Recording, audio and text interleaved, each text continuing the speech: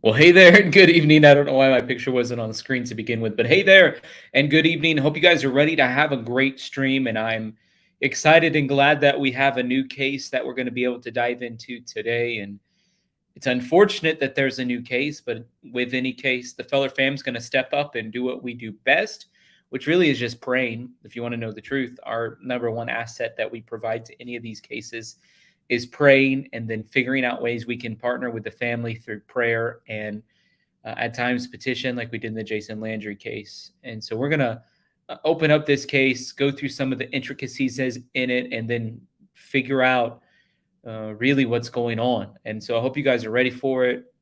This came on my radar Friday, Saturday time frame, and obviously we don't do streams on Saturday or Sunday. Friday's our Faith Friday, and so today's the earliest that we can get to it.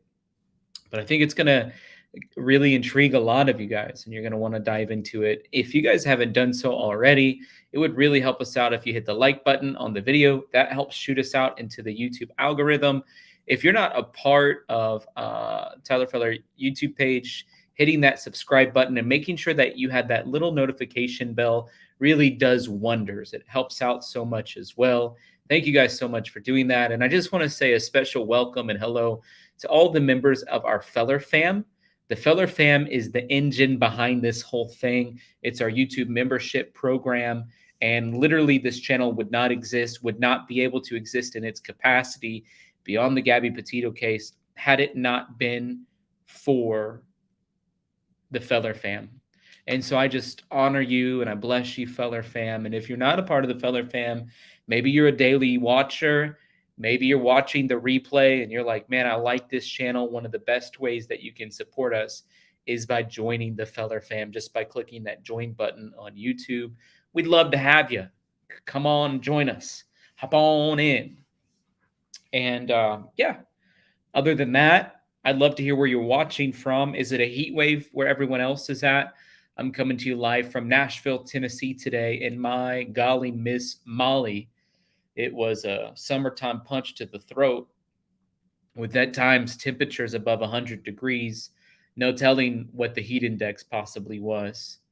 So I'm sure there's a heat wave, not just in middle Tennessee, but Fort Myers. What's up, Sandra? Hope you're doing well. Elizabeth in Northern Ireland, great to see you.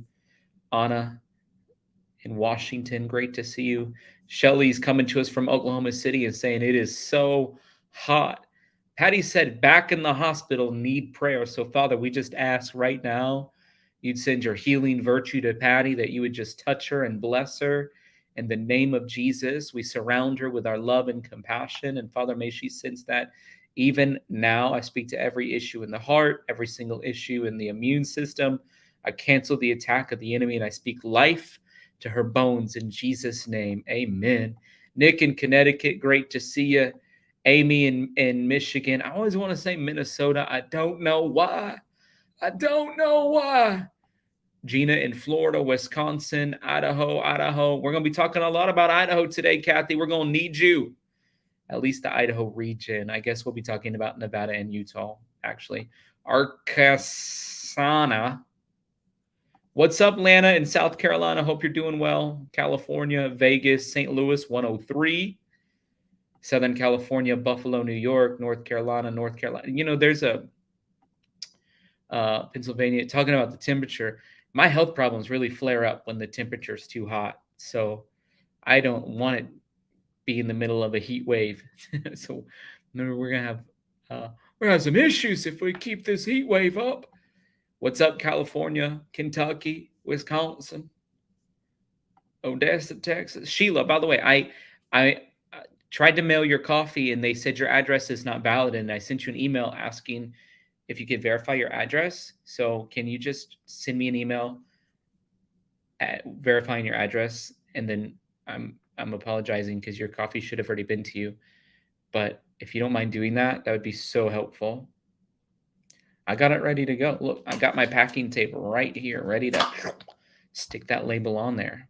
But the address was just saying it wasn't an address, and the USPS wouldn't accept it. Alabama, what's up? What's up? It's a heat wave in Virginia.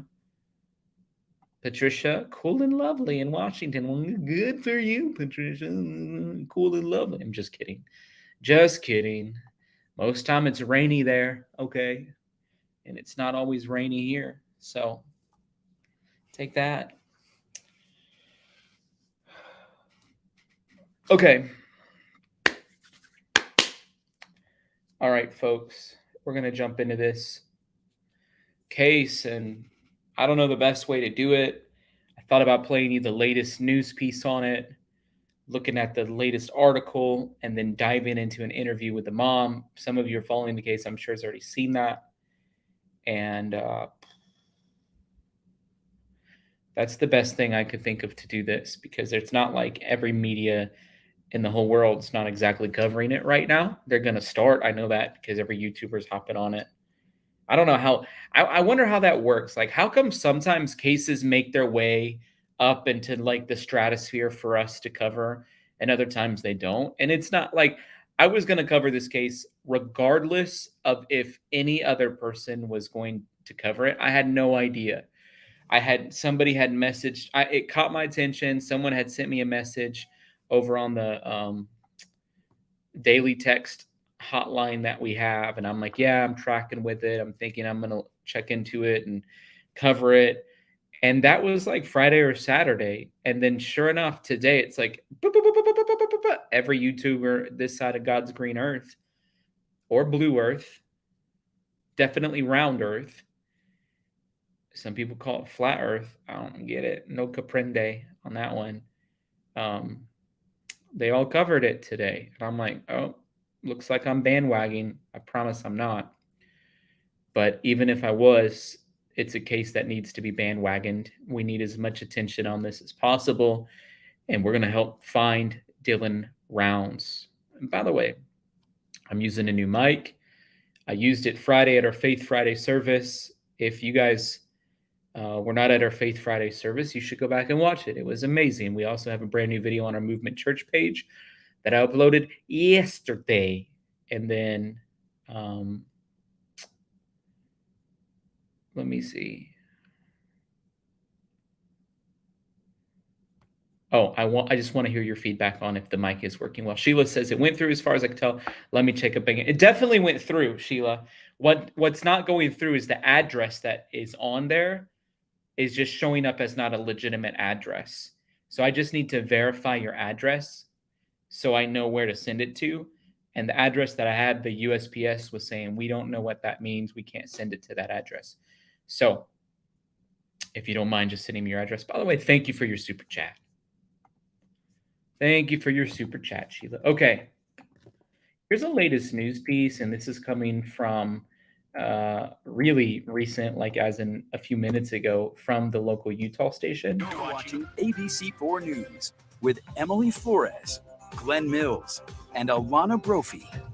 Dylan Rounds mysteriously disappeared on Memorial Day weekend, and his family is desperate for answers. The 19-year-old operates his own farm in a remote area of Box Elder County. Despite numerous searches, there's been no sign of Rounds. Every person missing has a family, and for them, the search continues. Here's ABC4's Marcos Ortiz with tonight's Missing in Utah. Right after graduating from high school, Dylan Rounds started his own farm. That was his dream, according to his mother. And that's what he was doing when he suddenly disappeared. This began on Monday, May 30th, Memorial Day, when we figured out a couple people, nobody had heard from my son for a couple days. For the past year, this is where Dylan Rounds called home. It's along the Nevada. I just want to warn you guys, I just felt this in my spirit too, like just in searching for the latest videos on Dylan Rounds, there was a ton of like psychic and tarot card videos about him. I just want to warn you, stay away from that stuff. It is clearly demonic, and I don't mean to be dragging that type of stuff into this conversation, but it really just, I got righteous anger inside of me as I think about it, because I can't believe that's so prevalent in our culture, I guess. And a little pastoral warning to folks: stay away from the psychic and tarot card YouTube pages that are talking about Dylan Rounds. Joan, thank you for that super sticker. What a blessing. Sheila says, what shipping is it? It's your address. Like, I just email me your address, press@tylerfeller.com, where you want that coffee to be shipped, because the address that you put on a Movement Coffee page didn't seem to work. Nevada-Utah border in Box Elder County. Dylan's mother said his dream was to start up his own farm, and this spring he started from scratch. Dylan's been working on this farm out in Lucin, Utah, his own farm, on getting the ground tore out and getting it prepared for a crop. This year was going to be his first crop. So that farm was his whole life. He lived in this camper, and when no one heard from him on Memorial Day weekend, his Idaho family traveled to his farm. It was abandoned. We've been searching. We've been looking everywhere. Search and rescue came out on Monday, May 30th. They were out there in the afternoon, and that first afternoon, we located his boots. His mother said the boots were a short distance away from his RV camper, and it's the only pair he owns. At that point, it should have been treated as foul play. I mean, you just don't find somebody's boots in the desert that's missing. On the Box Elder County Sheriff's Facebook page, they consider it a missing persons case. They've received tips and continue to search the Lucin area. The sheriff post said his pickup truck was found on the property and believed he was on foot. His mother said despite recent rains before his disappearance, it appeared not to have been moved, raising more suspicions. It's like it never moved in the rain. Like he never took it anywhere on Saturday, like they originally thought. Wednesday, before he was last seen in the town of nearby Lucin, he told his mother of a man walking barefoot along the road. He said, "Mom, you'll never believe what happened to me. This guy jumped out of the desert. He was bloody. He didn't have shoes on. He wanted a ride. I didn't give him a ride." The family learned of the man, but she says he doesn't believe. If there's a bloody guy jumping out of the desert and I'm living there by myself, that's warning signs. Another thought that I can't help but to have as I think about some of the other cases that we've studied, I'm reminded immediately, and of course of many cases, but I'm reminded immediately of the Naomi Irian case. And the Naomi Irian case, the family kept saying little clue pieces that it seemed like media, at least publicly, weren't paying attention to. And I don't know if that's going on in this case, but it seems like they're trying to paint the picture of who their son is, of who her son is. And she keeps saying like, hey, this is this, this is this, this is this, this is this. He wouldn't have been that far. The boots were found not too far from his campsite, which I have a map pulled up of where his house was, or where the farm sort of home was, and then where his camper was parked about 5 miles away.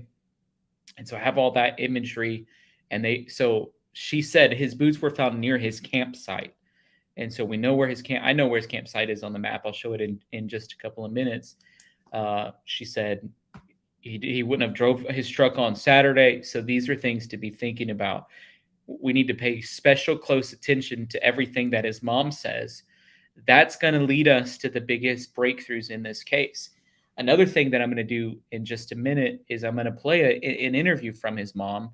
And I want some of you folks who are independent investigators on your own, peel your ears and begin to pay close attention to the things that she's saying, because we're going to have breakthrough thinking deeper, I think, about what she reveals to us. I know one of the things she was saying was like, essentially, he's not into the things the other teenagers are into. He sort of is like, does his own thing. He hangs out with, on the farm by himself pretty much. He wasn't ever into video games. He always just wanted to wear boots. So he had a whole sort of like country lifestyle. And the town they're in is like 90 people. It's very remote and isolated. So let's continue to keep our ears peeled for little ears peeled for little clue pieces. Believe he's connected after talking with him. She's unsure if authorities feel likewise. Search and rescue units from both Box Elder County and nearby Nevada have continued to search the area, but there's still no sign of Dylan. He was so excited when I talked to him Thursday. He says, "Mom, my grain's growing. It's coming up. I'm going to get a crop this year." I just ecstatic, high on the world about it, and then just vanished. Nothing, not a trace. Cooley says that they have found at least 3 persons of interest and have forwarded those names to the sheriff's office. She says they were former employees of Dillon. It's unclear whether they've been questioned. For the Justice Files, Marcus Ortiz, ABC4. I don't know about you, but I'm pretty impressed with the 19-year-old who has a whole 600-acre farm operation with multiple employees living out in the camper during season to go and, get down to the bottom of it. It's interesting. It says there's no trace and suspicious evidence found in a strange disappearance of a teen with family who's convinced. The family is convinced that he was kidnapped. Okay, folks, the family is convinced that he was kidnapped. Rounds has been missing for 2 weeks. He was last seen in Montello, Nevada. He's been working on the family's farm 60 miles away from his home in Utah. The teen's mother says that police found his boot near his camper. I'll show you a picture of that camper area. Okay, there it is. There's a little camping area there. Shortly after he was reported missing, they're offering a $20,000 reward. Last seen on May 25th. Call 28604-3839 or 28604-3838. Candace Cooley, who's his mother, says she believes her son was taken. He would not leave his place willingly. His boots have been found behind a dirt pile on the property near the Utah-Nevada border. Cooley, which is his mother, told the police outlet that they found the boots within the first hour of Rounds being reported missing from where his grain truck was parked. His boots were about 100 yards south behind a pile of dirt, just casually tossed out.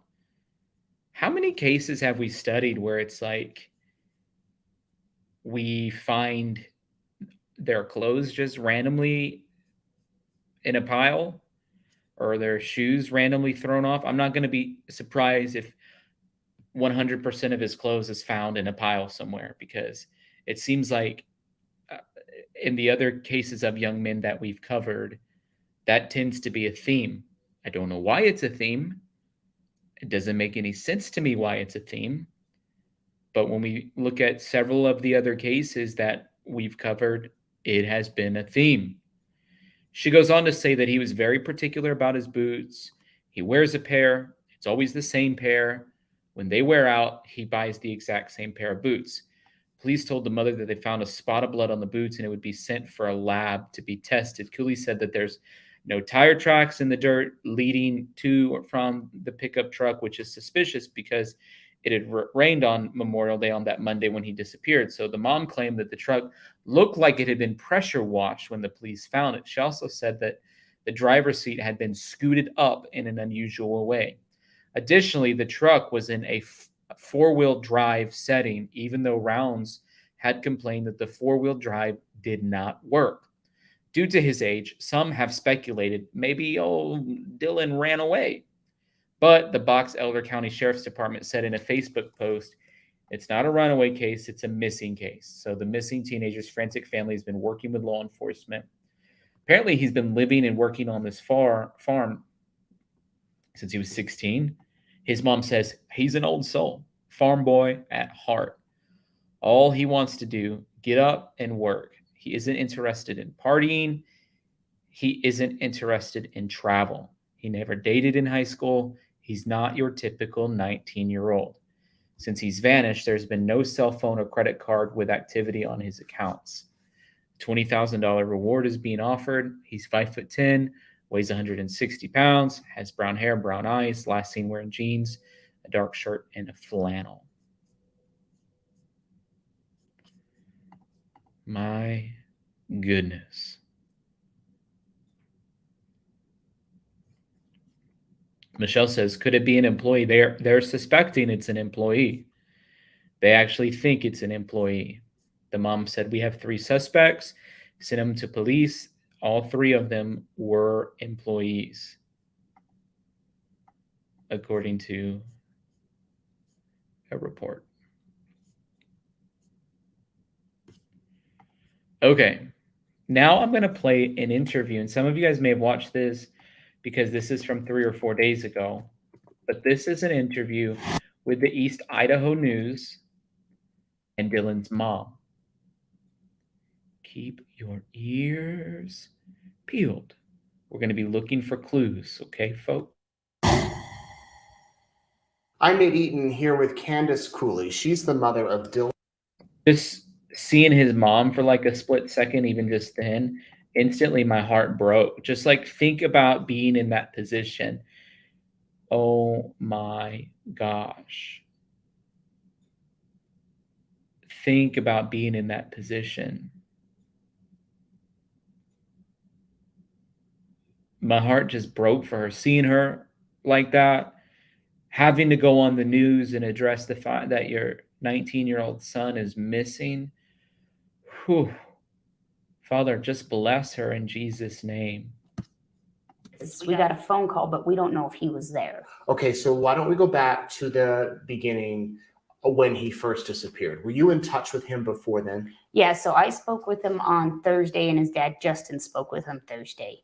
Then his grandmother spoke with him Saturday morning, May 28th, and he said he couldn't talk because he had to get his grain truck in the shed because he had seed in it and he was planting, so he couldn't get his seed wet. So he's got a farm there. Yes. And where is Lucin?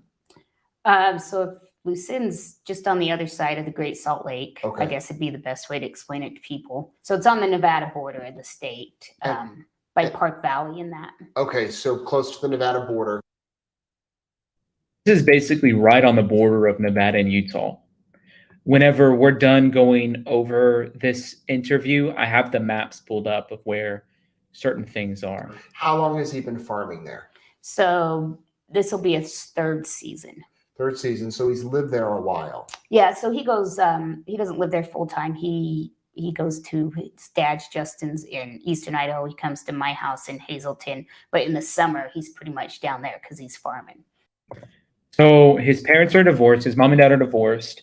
This farm that he's working on, which happens to be in Utah, is a family farm that I believe came from his grandfather. It's about 600 acres, which is a lot of land for a 19-year-old. But I mean, like I know 18 and 19-year-olds that farm that land, that amount of land, and even way more land. In the terms of farming, 600 acres isn't much. So this is definitely, it's a lot of land, don't get me wrong, but in terms of farming, 600 acres isn't much. But he's been doing it for 3 years. It's sort of this inherited land that I believe came from his grandfather. And so he's not there all the time. He's just there in farming season. He also worked and helped in neighboring farms, like sort of as a, I guess I would say as like a hired hand for some other farms. Amy, thank you for that super sticker. Hopping on the super sticker train, the Feather Fam super sticker train. Thank you so much for doing that. I bless you. Okay. But in the winter, he's back and forth everywhere else. So had he just recently gone back for the season? Yeah, he'd been on the Wine Cup Gamble doing some custom work and on another farm in Independence Valley doing some work, and then he was finishing up his farm. I see. So he speaks with a family member on the 28th of May. Correct. And that's the last contact anybody's had with him. Correct. Did he say anything unusual? No, just said he had to get his grain truck in because it was raining. That was it. That's it. So when did you realize something wasn't right? So his grandmother sent. So the last contact with him, just for those of you who are taking notes, the 28th of May was the last contact. His verbiage was, got to get my grain truck in, it's raining. Got to get the grain in, it's raining.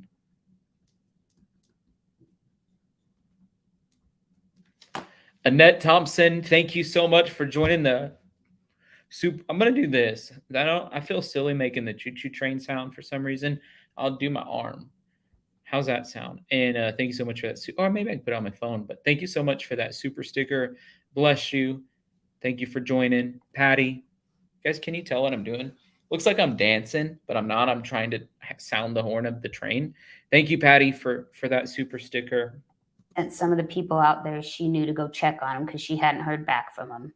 And then we kind of put it together on Monday that nobody had spoken to him, because Dylan, you would go 2 or 3 days without hearing from him. That's not uncommon. But he was always in contact with either Justin or myself or his grandmother or his friend JD. He was always in contact with someone. So it took, a day and a half to put together that he'd been in contact with no one. Which was unusual. Yes. So Monday comes around and Grandma asks people to go check on him at the farm. So Grandma asked Sunday for people to go check on him Sunday. at the farm. Monday is when we all went down and called search and rescue and the police out. What did you find at the farm? So when search and rescue arrived, it was approximately between 4 and 5. And within the first hour and a half, and we didn't initially release this, they found his boots. And so from where his grain truck was parked, his boots were about 100 yards south behind a pile of dirt. That's important because I want to make sure we get the location of those boots correct. So his boots were 100 yards south of the grain truck.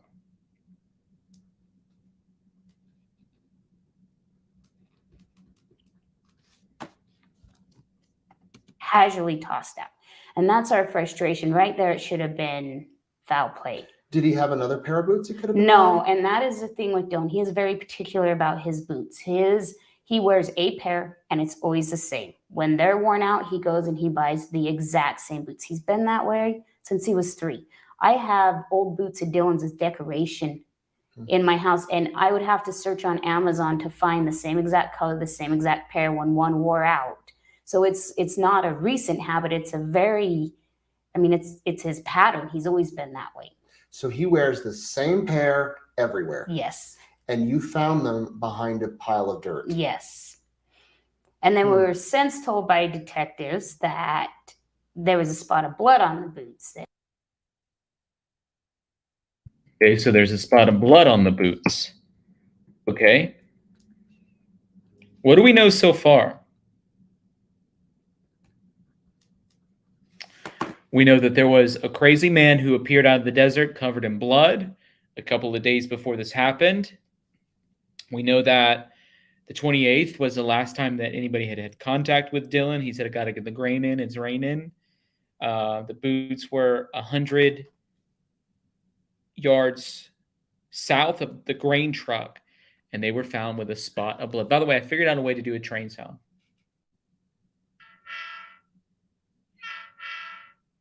So I guess I'll play that train sound if someone sends a really good super sticker in. And they were being sent to the lab. And this was on Wednesday or Thursday. But after that Saturday. So the boots were found Monday. Then we were told this. Then we found out from detectives the boots had not been sent to the lab. And this was on Saturday when they came back out, that they were being held in case the cadaver dogs needed them, which cadaver dogs do not need a scent. They search for human remains. So the boots just didn't get sent in. Was there anything else suspicious? So his pickup. She's very nicely saying there's no reason why the boots should not have been sent into the lab. We need to know if that's his blood or the blood of a crazy guy or the blood of an animal. We need to figure out what is that blood. And the boots need to be sent into the lab. Shout out to Kenneth. Thanks, Kenneth, for your your super chat train. Tammy, thank you for keeping it rolling, keeping that train a-rolling. Wow. So this mom's very politely not happy with the behavior of what's going on, because we need to figure out what's on. We need to get down to the bottom of what kind of blood, what's on the boots, what kind of blood is that? And she's right about the cadaver dogs. They're searching for human remains. And there's plenty of other ways to get his scent as well. So are you guys with me on that? Christy, thank you for joining the train tonight.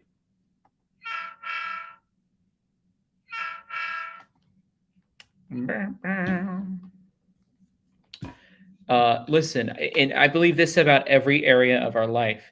Like in our medical life, we are our best advocate. As a patient, you are your best advocate. You have to fight and stand up for yourself.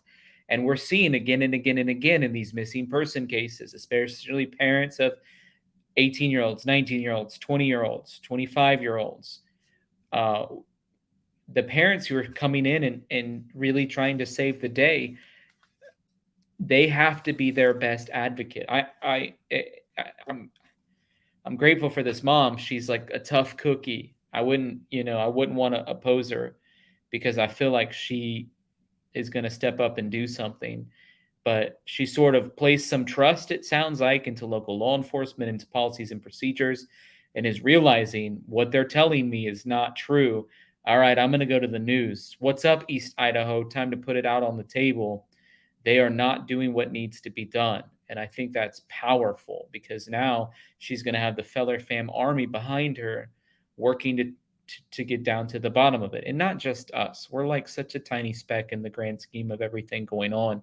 But there's other YouTube channels and there's other people with influence, literally boots on the ground out there trying to help and get down to the bottom of this.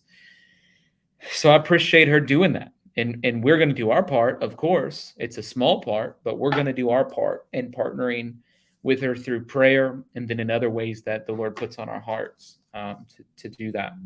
When we got looking around, so we were frantic at first. So we went in, we tossed his camper looking for his keys. Couldn't find his keys, his key fob. So Justin broke out the back window, go through his pickup, try to see what we can find. Wasn't until a couple days later, and mind you not, through all this, the detectives are not making this a crime scene. They're not blocking this off. So all the people out searching, everybody out there, they're around Dylan's pickup, they're around his camper, they're touching everything.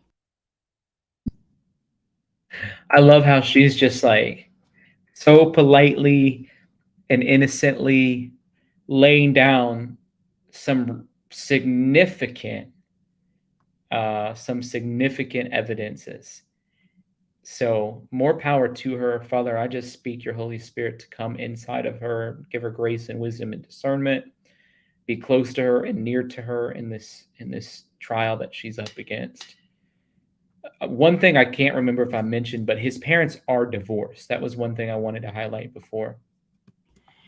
There's no tracks. So in Lucin that weekend, it was raining and you're in the middle of a desert and tracks are everywhere when it rains. Dylan's pickup has been pressure washed.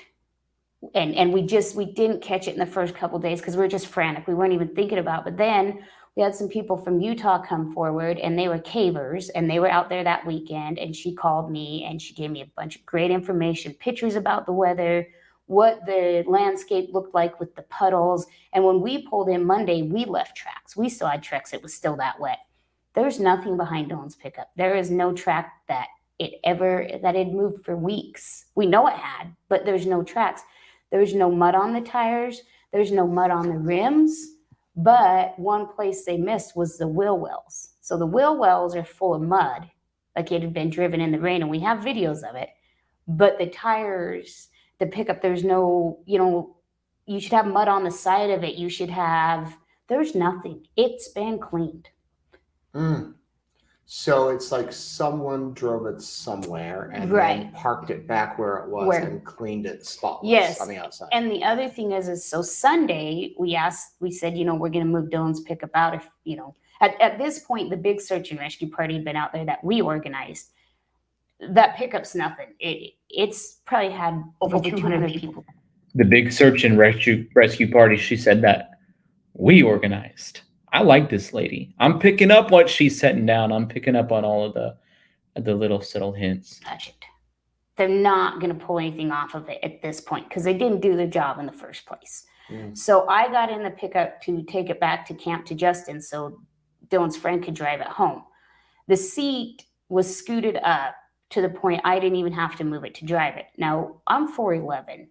Dylan's 5'11", and he sits back far. And every time I've ever gotten Dylan's pickup, you can't reach the pedals. I can't. So I thought, well, maybe it's just the way the seat moves when you turn the pickup off, right? So I made a mark in the dust, turned it on, turned it off, and to where the seat went back, and it's not where it was at. So it wasn't just because somebody got out of the pickup and let it go back to a setting. It was placed there. By someone really short. So that's a question I would be asking, right? who drove this pickup. It had to be someone really short.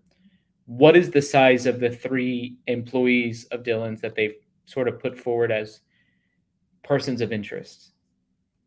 His pickup was also in 4 low. So he had a new transmission put in his pickup this winter, and the transfer case got messed up, and his 4-wheel drive does not work. And Dylan knows this, his grandfather knows it, his father knows it, I know it. He's cussed it. The pickup was in 4 low. So whoever was driving the pickup thought they were putting it in 4-wheel drive, but the 4-wheel drive don't work. Does he have friends out? So basically, she's like, there's no way that Dylan would have placed it in 4-wheel drive. Sort of one of the things that I could see in this situation is it was raining, it was storming really bad. They had taken the truck out somewhere, it got pretty muddy. They were driving it, and they had to be driving it in 4-wheel drive. They took it someplace, it quit raining, they power washed it so it didn't look so bad. They were a short person, and then they drove it back to where his truck was parked, and there's literally no tire tracks. So that's sort of, are you guys with me on this? You're keeping up with the storyline as we're following this? There. Are there neighbors? I mean, or is this a remote? It's remote, and Dylan, he has the 2 gentlemen that have helped him out their farm. And I want to pause this and just see 1 camper, 2 camper, 1 truck, 1 tractor, 2 tractor, 1 backhoe, 1 semi, 2 semi, 1 car, 1 irrigation system, 3 tractor, or 1 combine.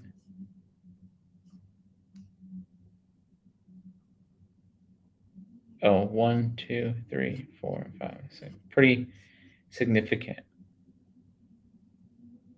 irrigation system at the top. So there you guys go. Or I don't even know if that's irrigation system or like maybe pest control system, some kind of farm equipment.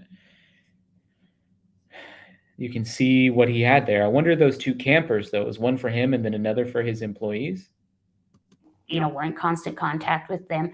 But no, I mean, there's nothing out there. Dylan would come our direction, his dad's direction, so that he could, socialize, or he'd go into the bar in Montello, and, we'd made some friends of people that were in Montello, but they never came out to him.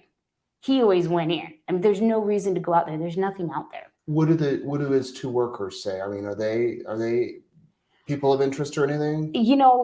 Really, that's the problem, is until the police start actually questioning, really questioning people, we can't say anything, because we have nothing. Nobody's got a story locked into place. Nobody, you question a person and then it's like, well, that doesn't make sense. Like, you said this, but the evidence says this. So they haven't done any of that. What about his phone or wallet? No wallet, no phone. The officer who initially I talked to on Monday, he did get a ping on his phone. It was at 3:41 Saturday, and off the tower. So it just, the last tower ping, and it's like a 15.4 mile radius is where that ping could have been. Now, his farm is in the ping. So our first assumption was he took his grain truck, he parked it, he didn't have a ride, and he took off walking back to his camper, to his pickup, which is 5 miles. But then we found the boots. Obviously, that's not the case, because he wouldn't go 100 yards one direction and throw his boots to walk 5 miles in the other direction. Likely in rainy weather. Yeah. Because it was raining. Yes. And the boots, even the officers, when we found the boots, when Search and Rescue found the boots, and Box Elder County Search and Rescue, they were amazing. I mean, they have not dropped. They were good. They were out there right away. But they gave it brought the sheriffs out, and, I want to rewind just a second because I want to make sure I didn't miss something that she said. In the P. So our first assumption was he took his grain truck, he parked it, he didn't have a ride, and he took off walking back to his camper, to his pickup, which is 5 miles. But then we found the boots. Obviously, a 4 mile radius is where that ping could have been. Now, his farm is in the ping. So our first assumption was he took his grain truck, he parked it, he didn't have a ride, and he took off walking back to his camper to his pickup, which is 5 miles. But then we found the boots. Obviously, that's not the case because he wouldn't go 100 yards one direction and throw his boots to walk 5 miles in the other direction. Likely in rainy weather. Yeah. Because it was raining. Yes. And the boots, even the officers, when we found the boots, when Search and Rescue found the boots, and Box Elder County Search and Rescue, they were amazing. I mean, they have not dropped. They were good. They were out there right away. But they gave it to brought the sheriffs out, and Justin and I, they took us out to look at the boots. Justin's his dad. Yes. Okay. And instantly we knew, those are Dylan's boots. But they even said they haven't been out here more than 2 or 3 days, 3 days at the max. Well, by the way, one thing I was thinking about was, well, what time was the ping? The ping was at 3:40 p.m. The phone call he had with his grandmother was at 6:51 a.m. And he told her, "I'm gonna call you back." Well, by the next day, he hadn't called back. She started to get worried. Well, how come Dylan hadn't called me back? So there's a little insight on that one. Last time we heard from him was Saturday. And he wears the Georgia work boots, the yellow ones, that discolor. And, even if we wouldn't have found him for a day or two after sitting in the rain, they probably would have been so discolored they would have looked super old. They just don't hold up well on the tops of them. But they looked fresh. They weren't faded. Yeah, and they had loosened dirt all over them, that alkali, sandy type. You could tell. I mean, it was loosened dirt. You could tell he'd been out there in them. MJ, thank you for that super sticker, man. You're joining the super sticker train. Means a lot to have your support. Appreciate you being here with us tonight. Was he living there at the farm, or was he staying in like a trailer? So he had a camp trailer. He had a camp trailer that he was staying in. Yeah. So there was some rumors going around, even some flyers going around with a person of interest, this mysterious man that he apparently had a run-in with, who asked him for a ride? Yes. So it was Chase Venstra, and I mean, it's been everywhere. So Dylan called me on Wednesday. I was at work, and the Wednesday before. Wednesday, May 25th, Dylan called me, and he's like, "You'll never believe what happened, Mom." So he tells me this story about this guy running out of the middle of the desert. Looks like he's been out there for days, bloody, scratched up. So when we came into town and I had that information, I'm trying to figure out who's this guy he had this run-in with. Well, Dylan told me he did not give him a ride. He said he had no shoes on. He did not give him a ride.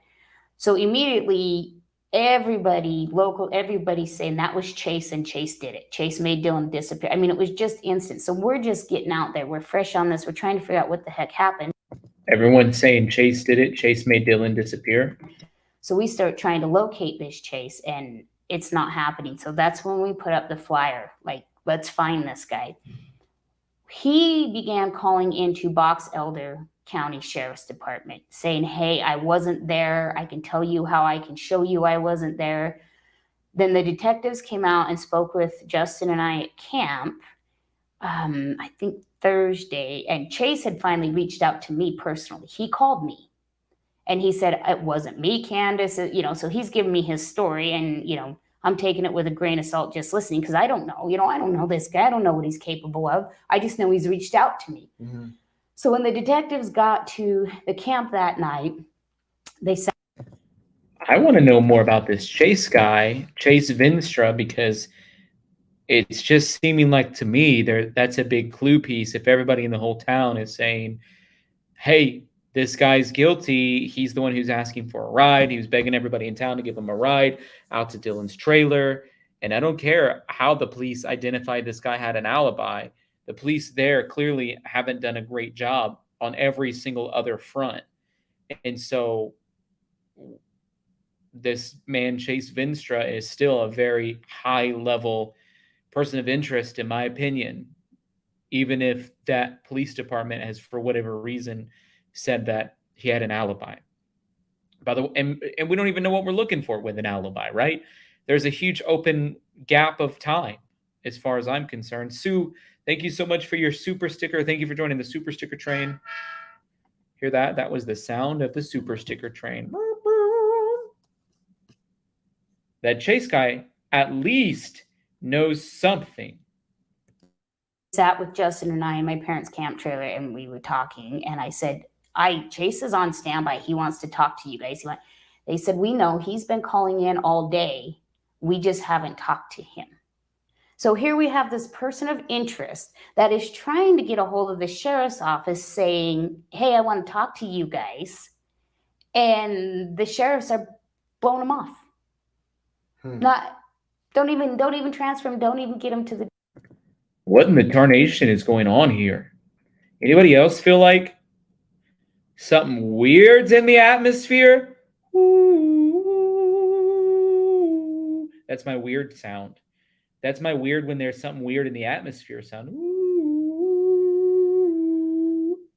The detectives don't call him back.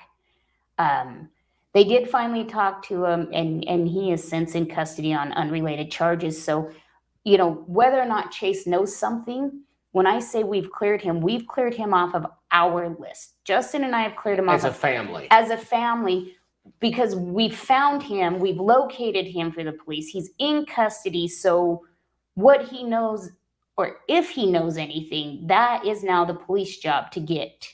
Oh, Father, give her some wisdom, because he shouldn't be marked off of any list.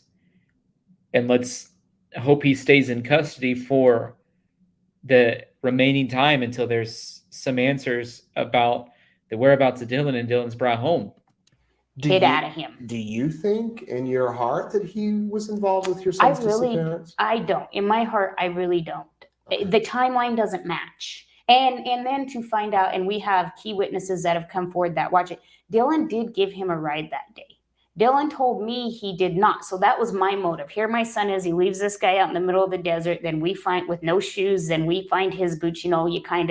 But Dylan did give him a ride. And we know that for a fact. But he's not going to tell mom that, because then mom's going to be angry and be like, why are you picking strange people up in the desert?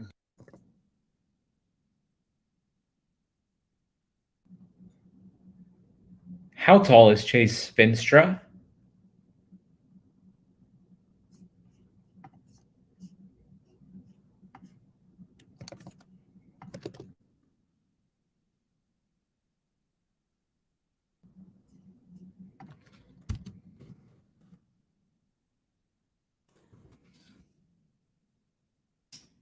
Ay caramba, my friends. Ay caramba. The naivety of this situation, it's just got me worried. Anita, thank you for your super sticker. You're on the train. Anybody else want to join the train? Hop on board. Hop on board. I want to know how tall Chase Ventura is. So he left that out. But we do know he gave Chase a ride. So then there goes your motive. Did Dylan have a girlfriend out there? No. Or here that may have been revenge or anything like that? No, Dylan was pretty much all about farming. I mean, he might have had gals he chatted with or whatever. I don't really know. You don't really tell mom that. But that wasn't his focus. Was he on social media at all? Yes. And just so everybody knows, and make sure we get this out here for the people who were on his social media, his phone is active. We have since got another phone that my cousin reactivated under Dylan's number to hack into all of his social media. So we are in his Snapchat, we are in his Facebook, we are in his internet searches, we are in everything, and there is nothing out of the ordinary. It is all pictures of tractors and pictures of his farm and searching up parts on the internet. Absolutely nothing that would make us think, okay, there was something more going on with him than we knew. And no private conversations with anyone suspicious? No, nothing. I'm glad that they hacked him. That's the first thing I would be doing if I was in this situation. Patricia says, how does she know Dylan gave Chase a ride? I want to know that too. How did they find that out?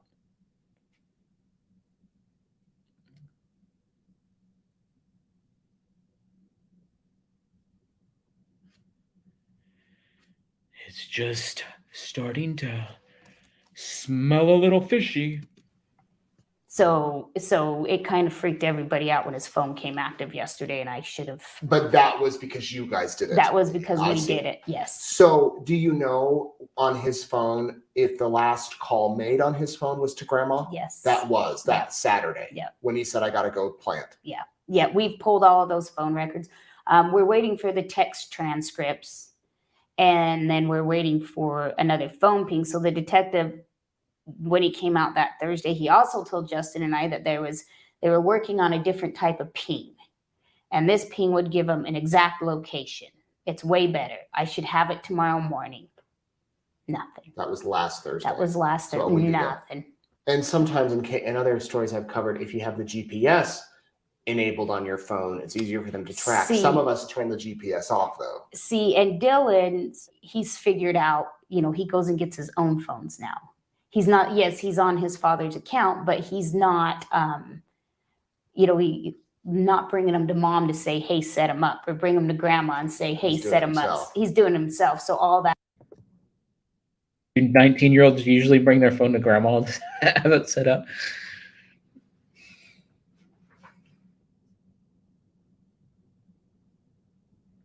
Wow.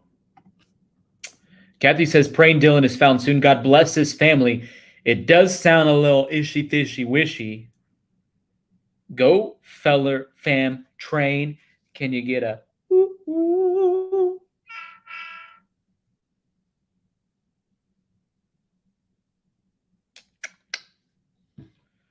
Yep.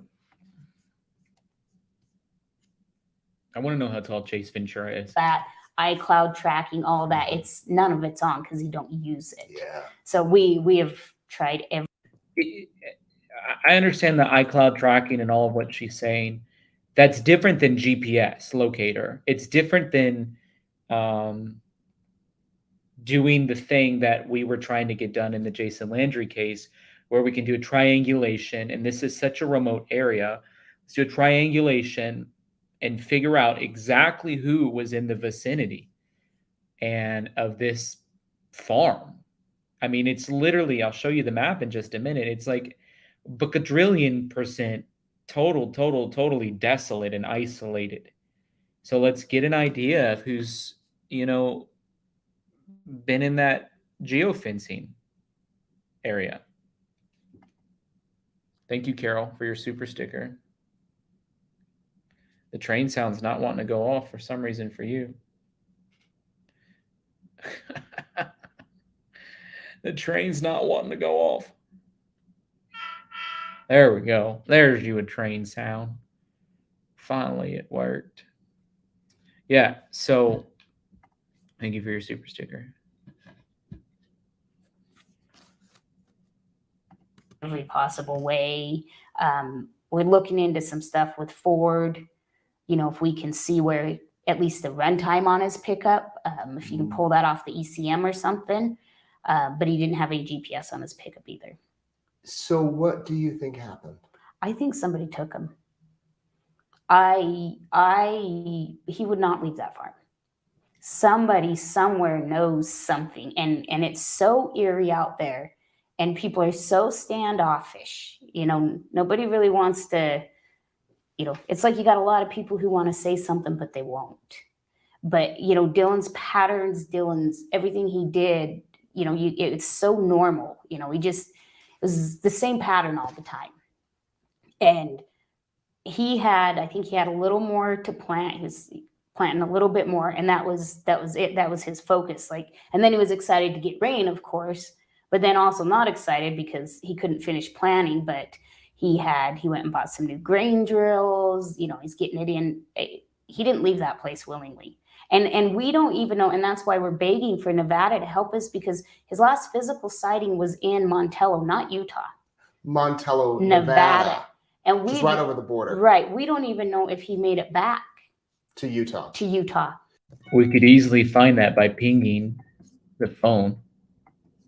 So that's my question. Who's the lead agency? Well, so that's the problem. So Nevada is telling us that Utah, that Box Elder is the lead agency, because we're begging for their search and rescue to come help us. We got places pinpointed that we need dogs at and stuff. And so they're saying, well, Box Elder's the lead. Box Elder's saying, well, there hasn't technically been a crime, so we can't go and cross over. So we're getting this state. There's a crime. There's a 19-year-old missing with blood on the boots. Cross over. Call the FBI. This is a multi-state investigation. Line mess that it's like you tell in the email, we're not asking for a tactical team. We're asking for Elko Search and Rescue to come help us on the Montana side. Utah has helped us on the Utah side. We have covered it. We're now moving focus, especially after we know for sure he was seen last in Montello. We do not know if he made it to Montello. I mean, we know he wasn't the last one to drive his pickup. Who's to say he was the last one? He was the one to even move the grain truck. But we need help searching out there. We're not search and rescue. We're not professionals. I mean, we've had an outpouring of support and air support, and it's been amazing.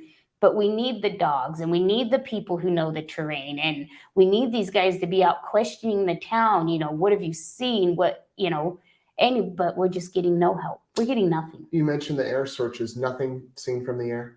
Well, so we did see when we flew with York, we seen there's a big wash. And I mean, we landed the chopper in it. It's that big. And it was searched right to the Utah border. And then searched state lines again. And then our search party, they did some of it.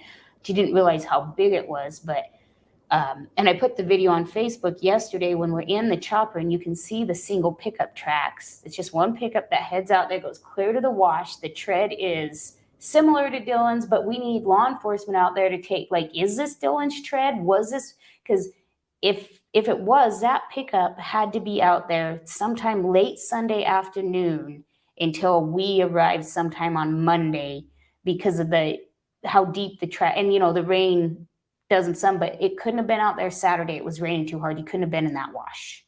And then they go clear to the end of the wash. They stop a couple places, and it's interesting because as we're flying this, there's marks where the pickup's fishtailing.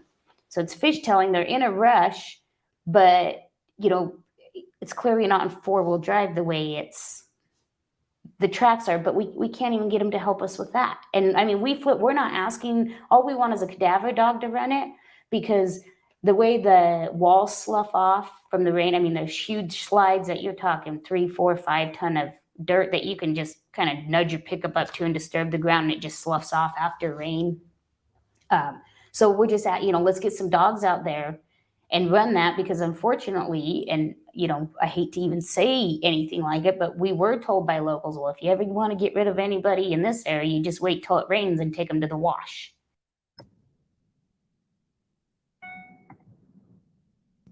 I don't have words. I just shake my head in heartbreak and disbelief.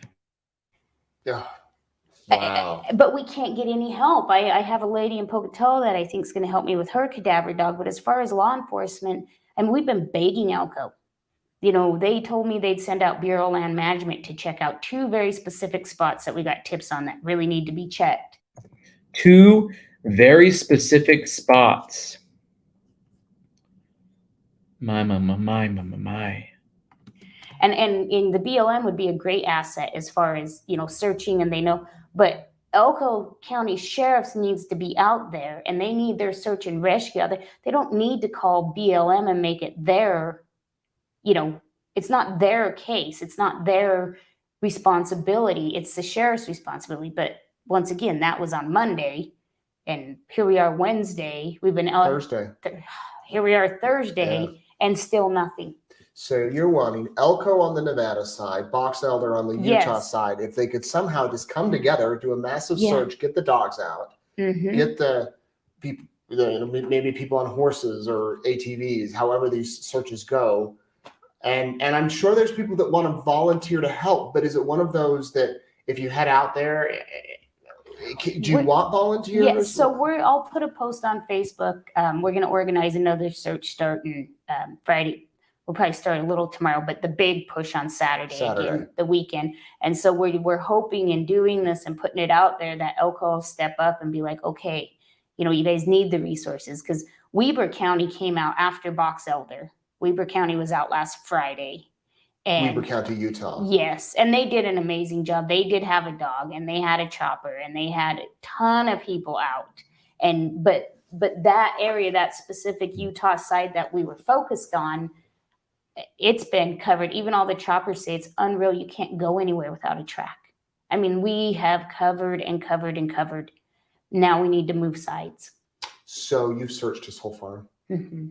Nothing. Nothing. Except the boots. Except the boots and his pickup. My gosh. You look at this handsome kid. I mean, you Yeah. look, I say kid because Right, he looks I know. 12, Yes, 13. I mean, yeah. looks like an innocent young man. Dylan Rounds is his name. We're going to put this picture on the screen here. He's 19. When's his birthday? August 1st, 2002. August 1st. 5'10", around 160 pounds, brown hair and eyes. Obviously, his boots are still at the house, but his wallet's gone and his phone is gone. Mhm. Car keys, truck Key keys? fob's gone. Key fob's gone to the truck. Yep. All right. What should people do if they have information? Call into Box Elder, and push. And if you don't get the response box from Box Elder, Justin and I numbers are out there. We're just, don't call us and ask us if, did you search this? Did you search that? Trust me, we have covered all that. But if you know something specific or seen something, don't hesitate to call us. It can be hard getting the tips through the police, we're learning, and then they can't share them with us. So Well, let's hope he's somewhere, alive and safe, or maybe even injured, but Right. still here. What would you say to your son if he sees this? just come home. I don't even, there's no realm that he's running from us. There's no, I know there's situations like that where you plead and then sometimes these kids come out, but that's not him. Any sign of mental illness? No. Any personal stress, trauma, anything like that? No. Dylan's biggest stress was getting his crop to grow. I mean, it's so hard. People say all the time about they wouldn't do that. And I understand I'm the mom saying the same thing, but this kid, he is not your typical, this kid doesn't know how to play video games. This kid, he is not in his generation. He was born in the wrong generation. He's completely different than what most kids are these days. And everybody who comes to us, everybody who talks, the more it gets spread around, they're like, oh yeah, I know this kid. He did this for me. And he's the hardest working kid I've ever, that's everybody. It's not just his parents saying this. It's everybody who knew the kid. So, it's not just coming from one-sided. It's, that farm was his life. People told him he. Aaron, thank you so much for your super chat. You said, so thankful you're covering this and thankful there's a great amount of coverage by others. Lord, let him be found. Yeah, I'm with you on that prayer. By the way, Tracy, thank you so much for sending a gift over on PayPal. That's such a blessing. We are crowdfunded. It's one of the ways you guys can support PayPal, Tyler Feller, Cash App, $, Tyler Feller 22, or Venmo at Tyler-Feller. Thank you so much, Tracy, for doing that. This young man just seems remarkable to me. Was never caught up in all the things that other teenagers were caught up in. I'll show you guys pictures that his mom has posted and videos that she's posted. It's a lot of videos. It's a lot of pictures that she's posted.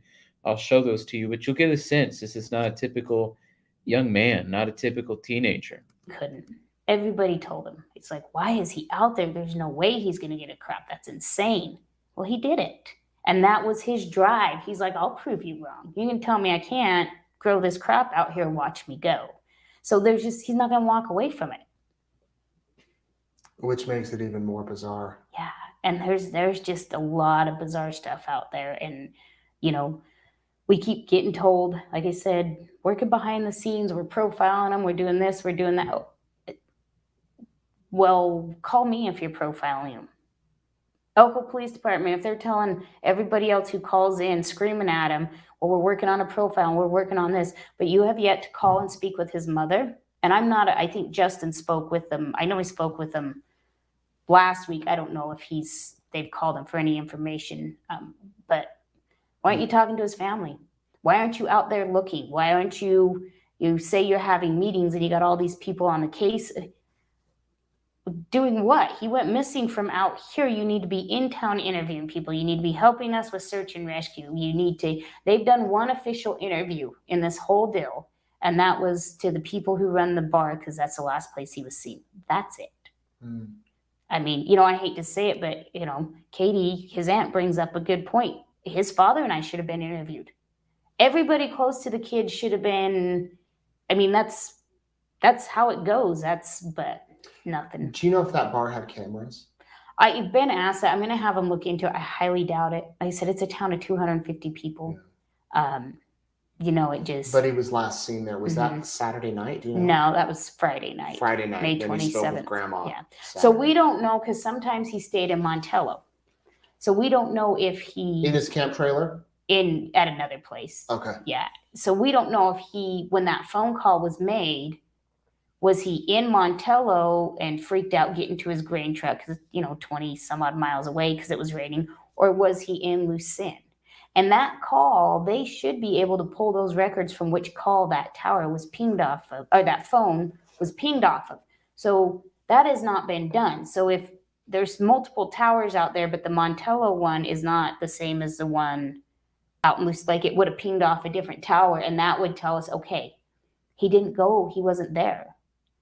So would he go to Montello just because that was the closest big city? Yeah, food. Like grocery store, food. No grocery, just food. Just there's 2 bars there. One's barely open. The other one, they hamburgers and stuff, just hot food. And it's 20 miles away. It's like 27. 27. Yeah. But it's like the that. next closest town. Yeah, it's over the border. Yep. Okay. Wow, Candace. Well, I hope that the next time we talk, he's safe and found and that everything's okay. And we're going to, again, this is what Dylan Rounds looks like. If you have any information, call the police, the Box Elder County Sheriff's Office, and we will continue to follow it. This is a kid who many of you watching might know, raised here in Eastern Idaho in Twin Falls, back and forth between mom and dad's house, and just seemed like a really sweet kid who wanted to work hard and grow his crop. And thank you for talking, and please, our best wishes to you and all. So heartbreaking. My goodness. We're just continuing to pray and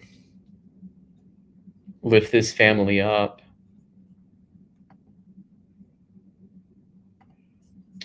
I wanted to share too, just the best I could come up with as far as Google Maps was concerned.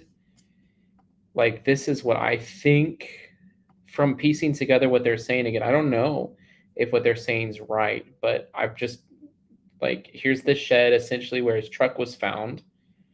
And then I measured it out, like in this area where the boots are found. So I don't know if you guys can see that.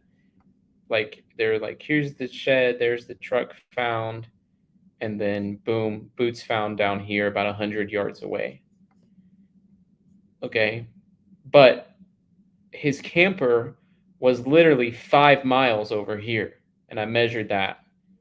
It's like 5.2 miles. And that's the best estimation based on pictures and other things where his campers were at. So you guys can see. And then look how just desolate this is. There's Montello. That's the town with 90 people in it that has the Cowboy Bar and Cafe that has hot food, not even groceries, just hot food. And so, I mean, like, to even get there, I don't even know. You go to the airport and take a helicopter over? You go up Highway 30 down to 233? I don't know. But there's just an idea of, like, literally how remote this area is. Again, there's the shed. The boots were found out here. That direction, the opposite direction based off of what she said in that interview. And, yep, about 100 yards. And then 5 miles down this direction, it appears that's where his camping equipment would have been. I'm still proud of him for doing the work that he was doing, for sure.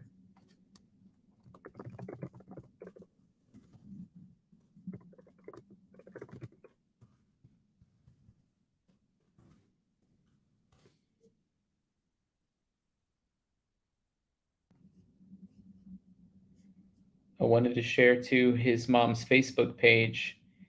just to go through the stuff that she's been posting again. I'm reminded of the Naomi Arian case where it's like that family had a lot of wisdom. Obviously, they were like, you know, diplomats in the,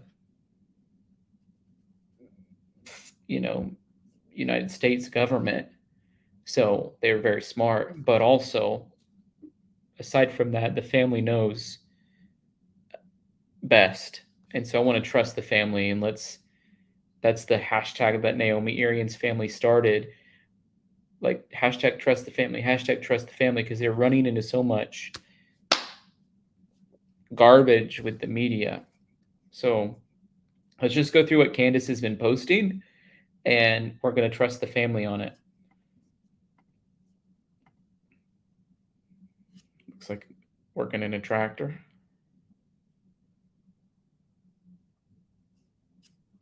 All right.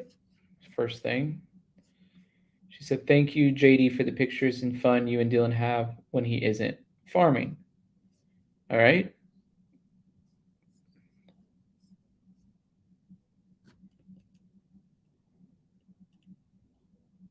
Fishing. Snow. Fish. Snowmobile. Getting the truck stuck. Snowmobile. Man, snowmobiling is so fun.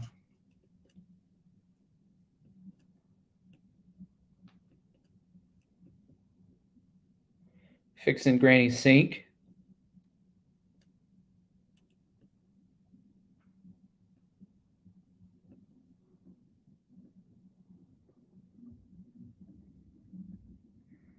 She said Dylan went to Mexico with JD and bought himself these boots. He never wore them, but couldn't pass them up because they were cheap.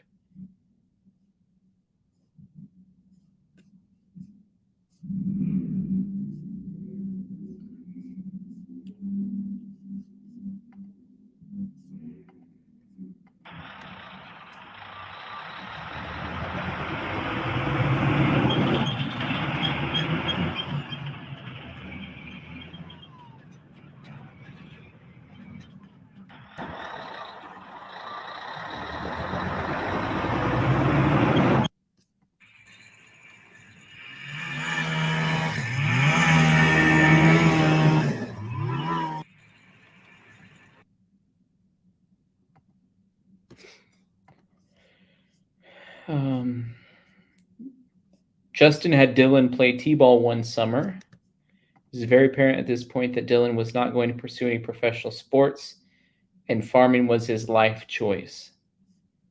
She's got the t-ball photos up. Dylan always fed his chickens when he was younger and built his own chicken coops. He would spend all day working on them.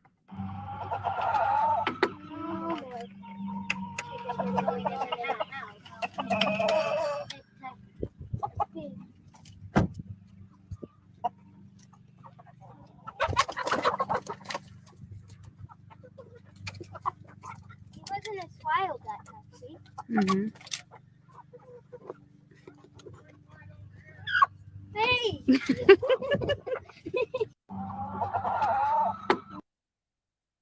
Man, I really like Dylan. I don't know him personally, but what's not to like about this kid? Learning how to salmon fish. She said, we'd also like you to pay attention to his patterns I've been explaining throughout these pictures.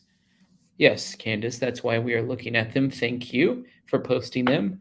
Boots, hats, always equipment, farming or trucking ones, sweatshirts, hoodies, always working, very few of him doing something people consider fun. Work was his idea of fun. Every summer, he would insist he planted my flowers because, of course, I did not do it right. Please share whatever pictures you have. We would love to add them. So we'll go through the photos. Obviously, he's a lot younger in this picture, but boots, hat, Budweiser hat, upside down, sideways, driving a tractor. Man, he looks about 8 years old driving that tractor.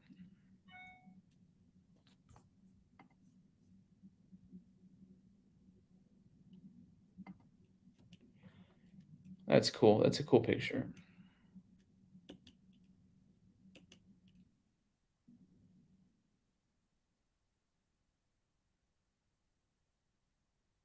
Eating a watermelon next to the Idaho Grain magazine.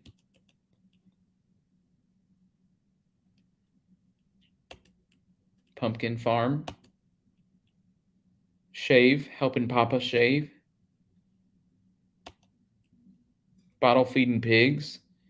Man, this kid was born to be a farmer, I'll tell you that much. Look at that. Best present ever. Got the 8330 tractor with dualies. This is the dealer edition. Working on the farm.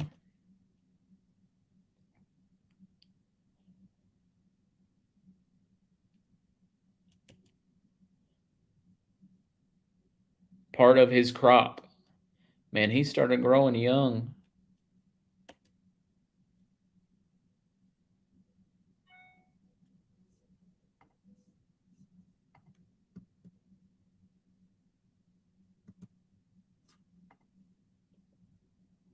Sunflowers.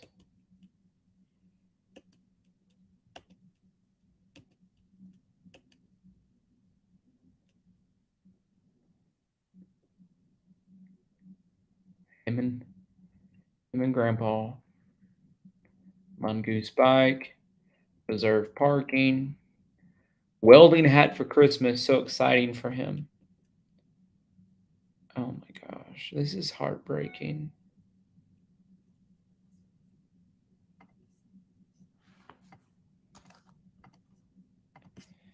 Anybody else just heartbroken by it?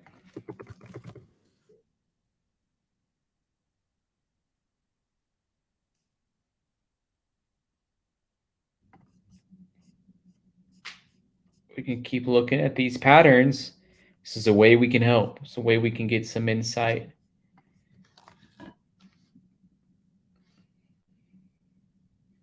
Kenneth, thank you for hopping on the train. Oh my gosh, hang on. Thank you. You were already on the train, but you're back on it. Oh my gosh, it won't quit going off. But thank you for being on it again. Patty, thank you for that super sticker. Thanks for being on the train. Again, all aboard on the train. Okay. She said, we would like everyone to better understand Dylan. Please browse through these photos. And you see, since Dylan was little, he's been a farmer. From the time he could walk and keep up with his dad and grandpa, Dylan could drive a tractor before most kids could ride a bike. From as early as 10 years old, he was growing pumpkin patches and sweet corn to sell. The Rigby community knew every summer there would be Dylan sweet corn for sale under the county line overpass. Please, if you have pictures of Dylan, please share them. He's a true American farmer, born in a generation that does not understand. Let's help show the world.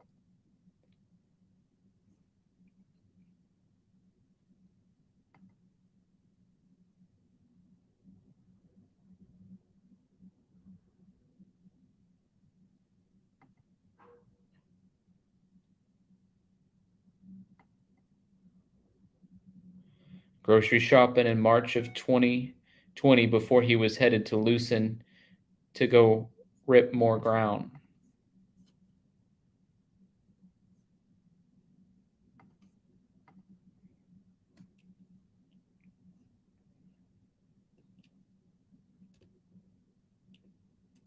Does he have a dog living with him?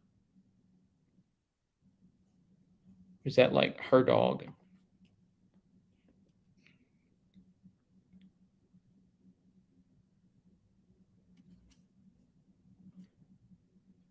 Is that his grandpa, I'd imagine.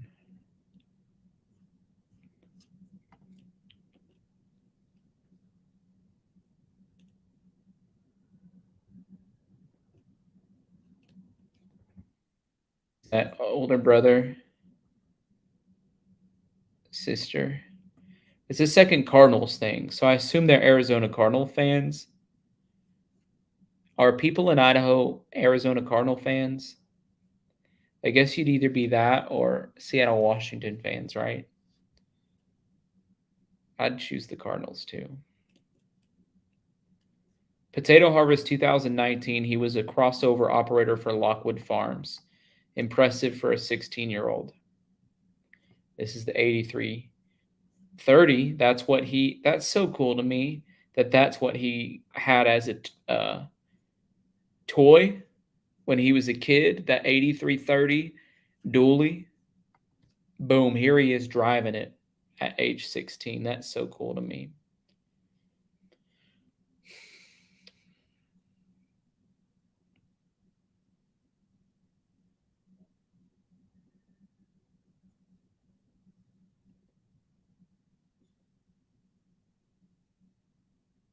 Balancing beam. Building a goat pen.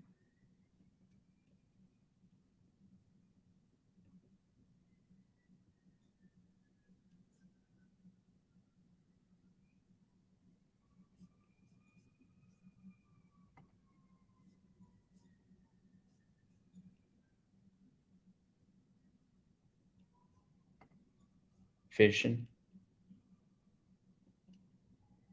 Roller skating. We always have fun roller skating. He was terrible at first. It's like a fish flopping out of water. He's since gotten the hang of it. I'm reading. That's what his mom said. She said in this one, well, this pickup speaks for itself. Again with the dog, a wiener dog this time. Man, I love wiener dogs too. Cardinals football hoodie. It must have been Arizona Cardinal fans. International Harvester hoodie. Massage chair.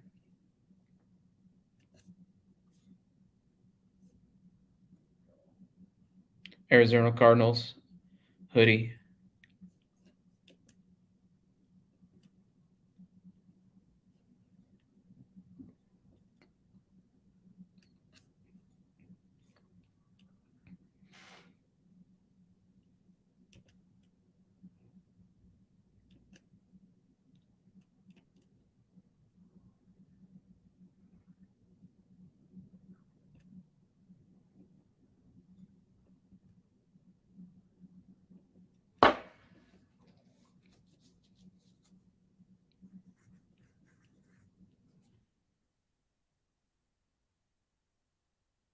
Pearl Harbor.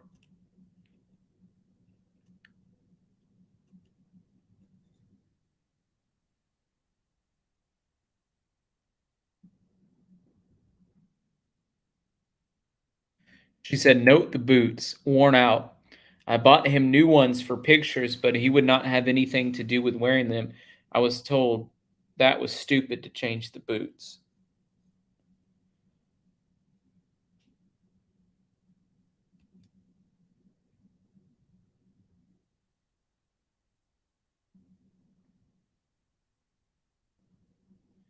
She said he would walk from Justin and I's house to Grandma and Grandpa's through the field like this all the time, irrigating boots and packing his clothes. It's funny.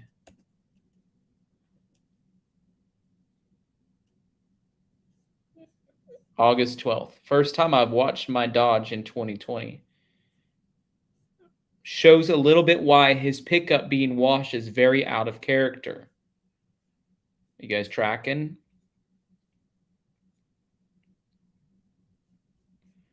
Y'all tracking? Renee says, my heart is broke. What is wrong with law enforcement? I don't know. My heart's broken too. I heard there's no GoFundMe, so it's a scam. Thanks for letting us know, Karen. Joan, thank you for that super sticker. Wow. Shout out to you, Joan, on that train. Thank you guys for your support tonight. Just making sure we got a super sticker, super chat train rolling.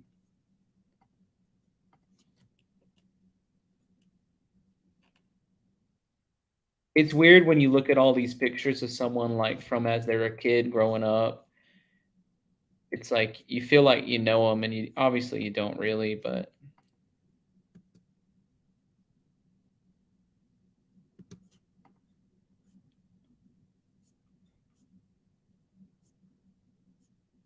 you say we're still being asked questions about whether the boots found were Dylan's. As we have said, Dylan is a creature of habit. And yes, we are sure. This video was taken Christmas Day 2021. Please note the boots. Even Christmas Day, he wore his work boots, which are the same exact pair that was found. They're hard.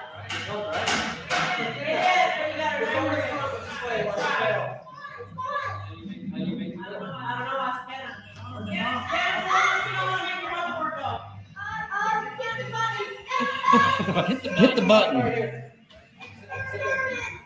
I can actually ride a scooter. I can't. My feet, not these boots, too much in, too big.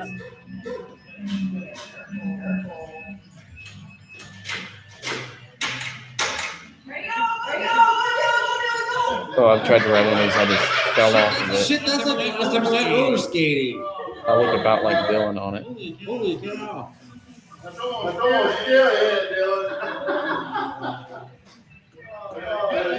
I don't know how kids are so good at those things.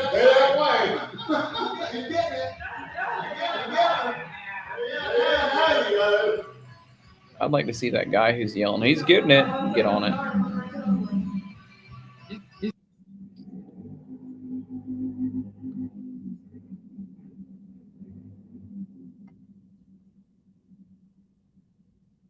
My goodness. My goodness, folks. Father, we just surround this family with your prayers, and we just ask, Heavenly Father, for you to show up and give peace, supernatural peace to Candace and Justin, that you'd give them wisdom and discernment about this situation, that you would give us knowledge of witty inventions. Lord, your word says so clearly in Scripture that you'll tell us remarkable secrets of things not yet known. And so I just ask for that wisdom. I ask for remarkable secrets of things not yet known, that you would deliver that to us as we pray for this family. And that, Lord, I pray Dylan will be found safe, will be able to tell a story, and will be able to even help us bring other people who are missing based off of patterns. Thank you, Jesus.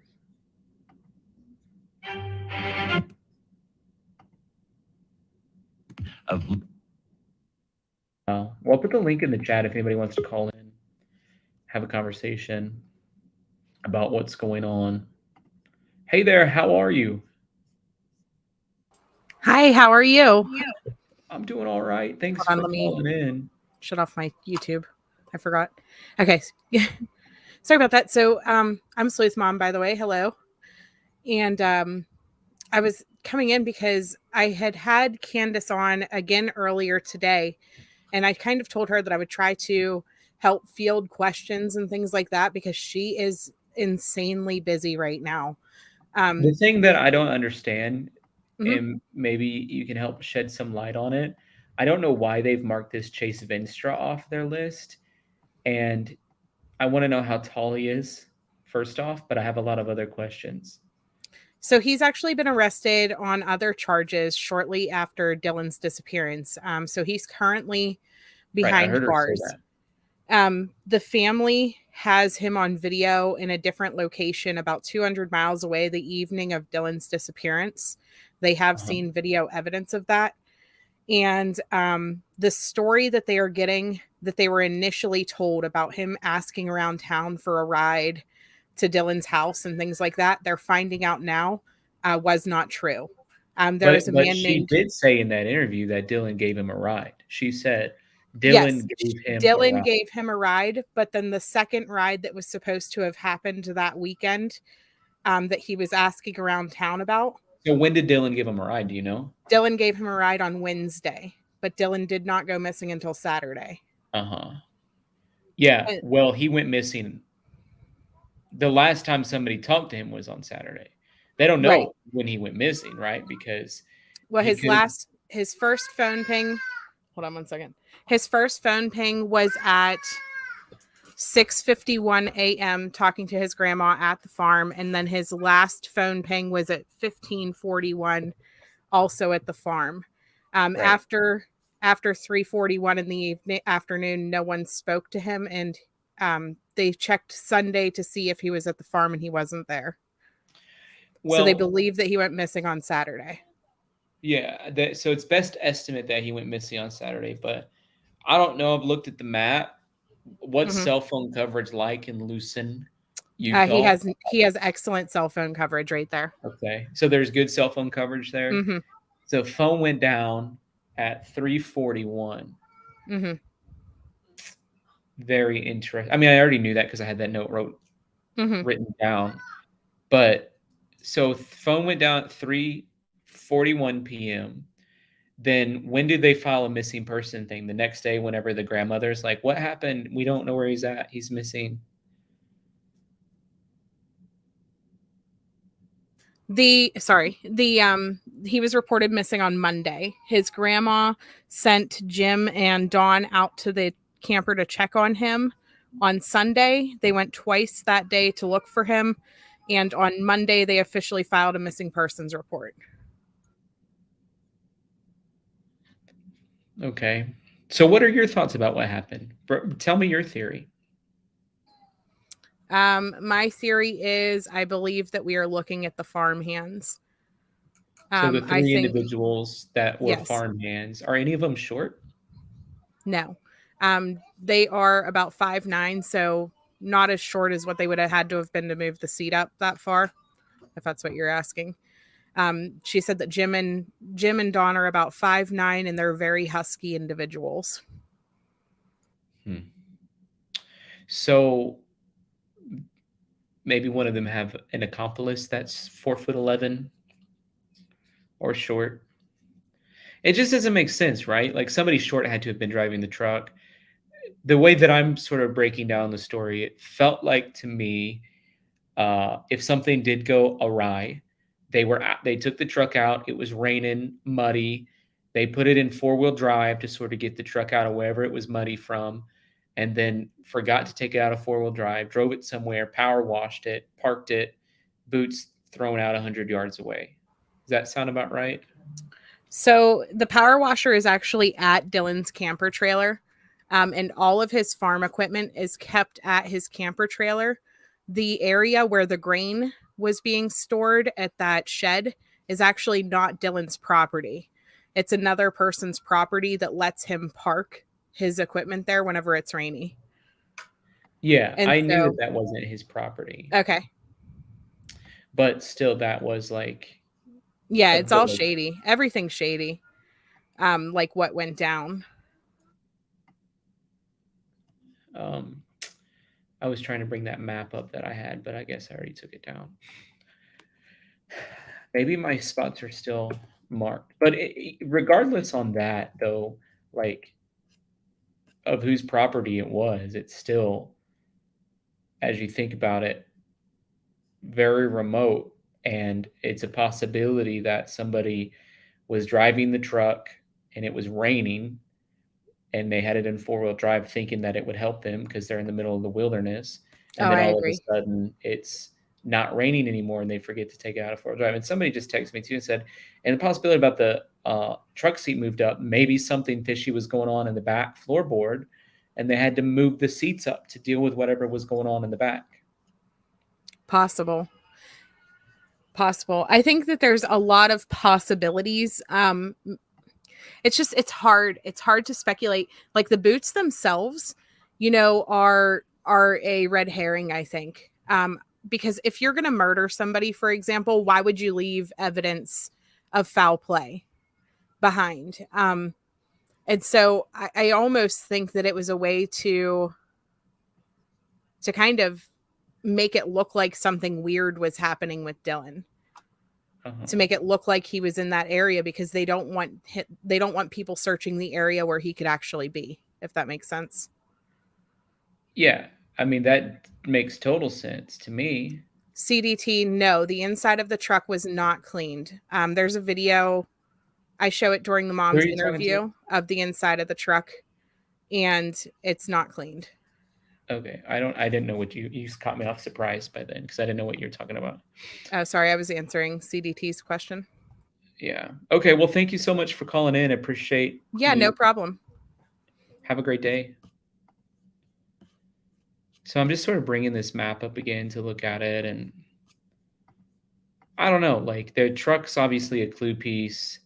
It's 5 miles. I'm trying to get down to the bottom of where I think that camp spot is. Okay, this is where I think his camp spot is. About 5.25 miles. Then you go up here, and then there's the shed, essentially where his truck was found, and then the boots out there. So the fishy thing is like the truck was clean and the seat was moved in. It was in 4-wheel drive. Why would the truck be clean? Well, it drove through mud. Why would a truck be in 4-wheel drive, even if it doesn't work? They thought it worked. Why would it be in 4-wheel drive? Okay, well, because they were driving through a rough patch or someplace that was flooded. All right. Makes total sense to me on that. Amy, thanks for that super sticker. Thanks for being on that super sticker. Thanks for being the conductor of the train. Can we take a second and just honor Amy for being our train conductor? Joan, you said some people might be embarrassed to set up a GoFundMe. I would have a hard time asking for help. It can be awkward. Wow. Yeah, you're right about that. Thank you for your super chat. Appreciate you, Joan. So glad to have you. Melissa, thank you so much for that super sticker.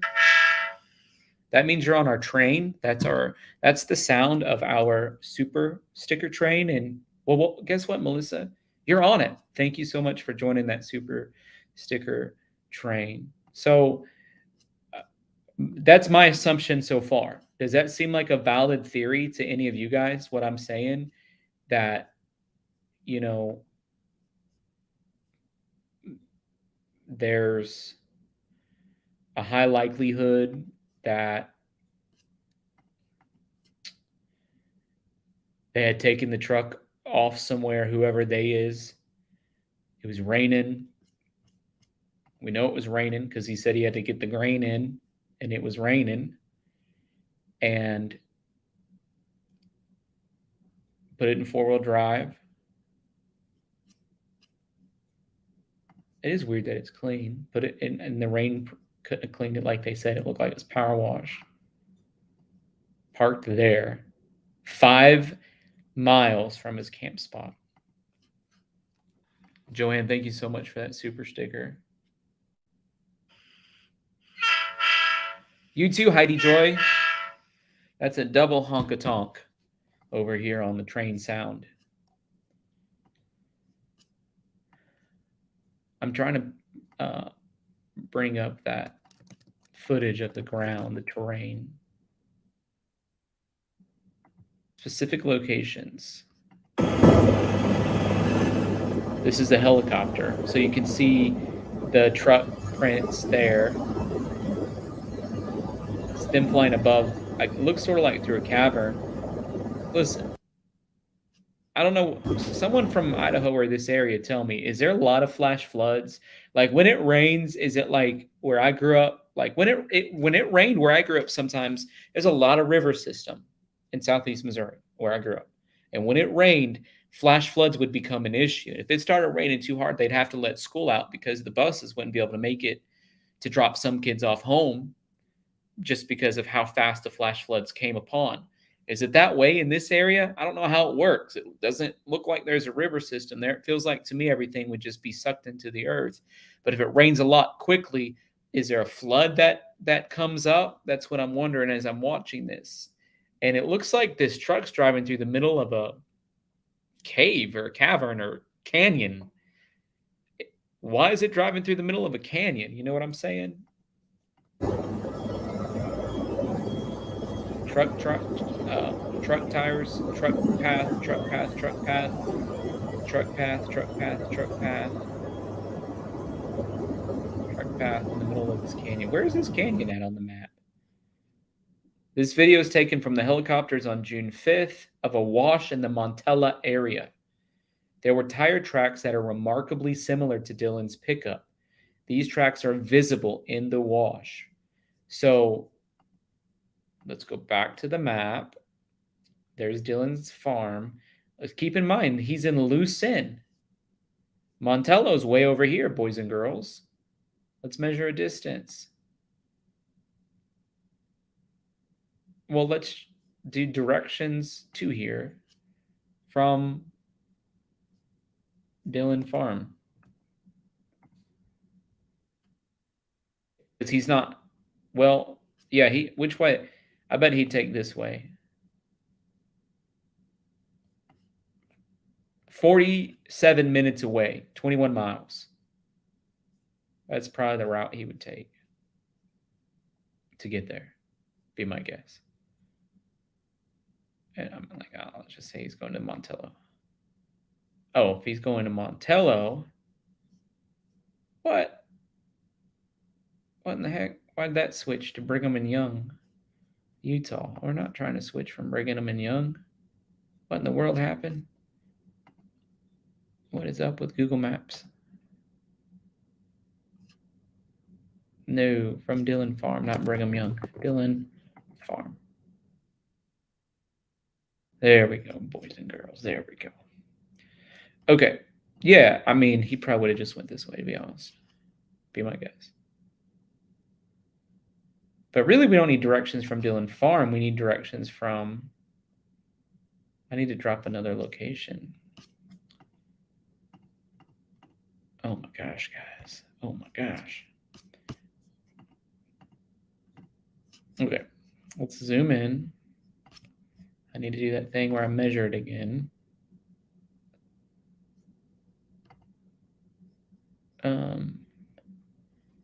Measure. Oh yeah, that's about right. All right.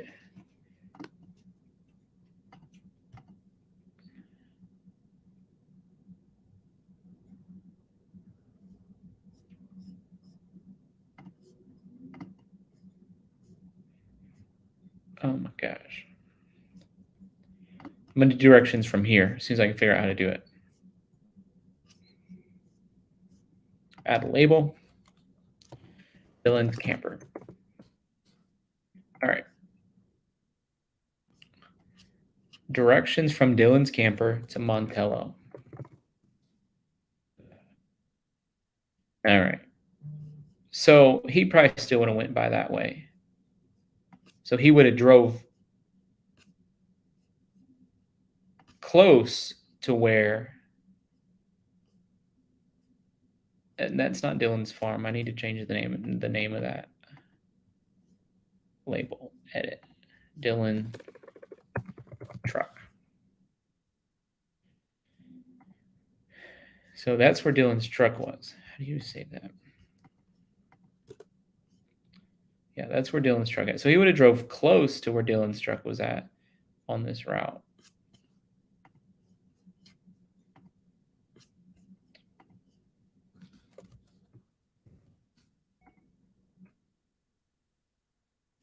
Very interesting.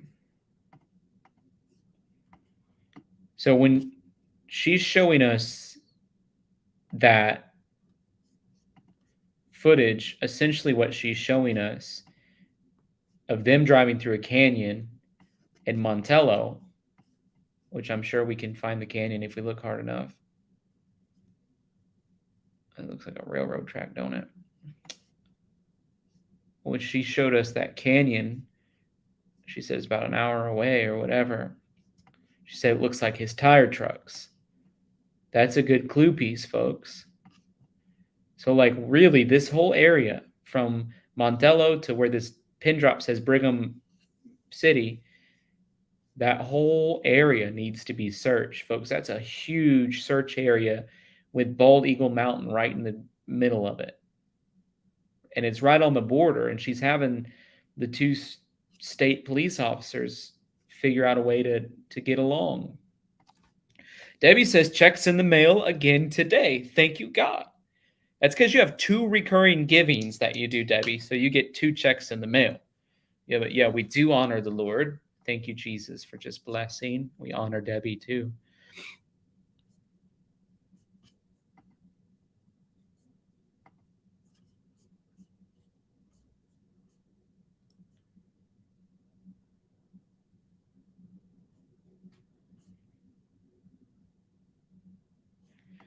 Sandra says, if you give me some more information, I can help you. I find missing people. Well, we've been talking about it for 2 hours, Sandra, and pretty in depth. So rewind to the beginning, and then you'll have all the information you need.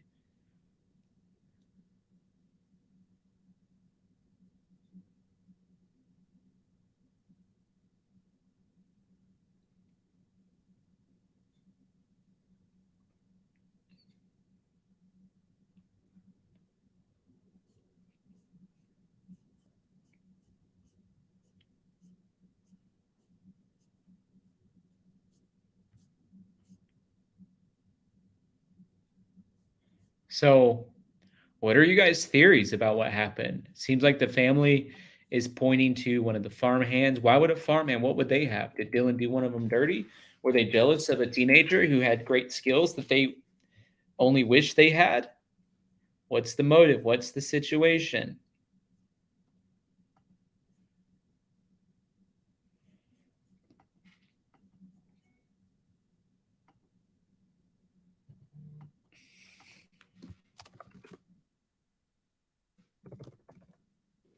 By the way, Grandma Patty, thank you for that gift that you sent over on PayPal.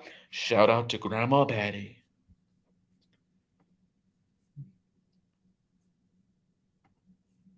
Here's that cavern again.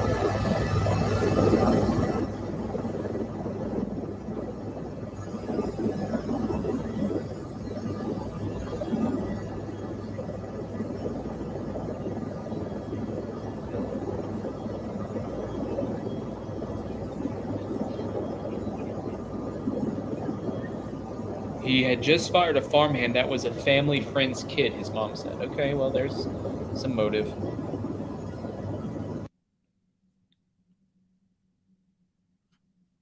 Oh, the dad said older guys didn't like young guys being the boss. It'd be hard.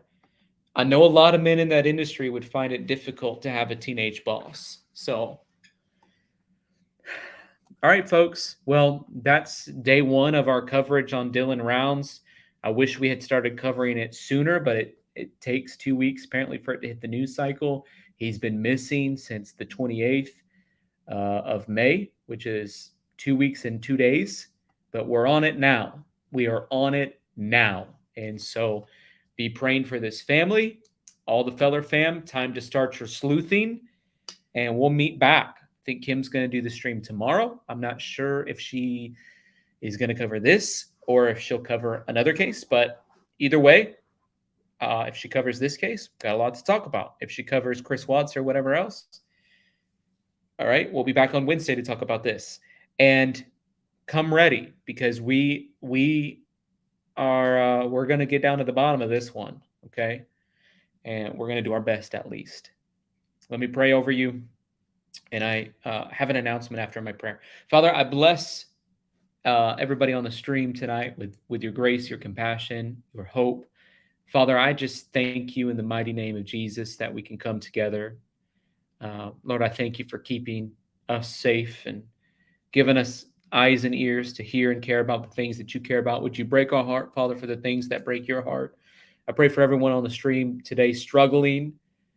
I just felt like, Lord, say some of you feel like you don't belong, but you belong here with us. Thank you, Father, for giving us a place to belong. I bless you in Jesus' name.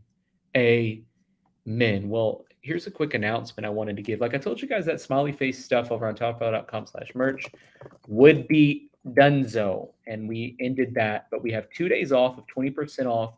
And since we're doing 2 more days of 20% off on everything on topfile.com/merch, I wanted to have our Miracles gear live for that 20% off sale.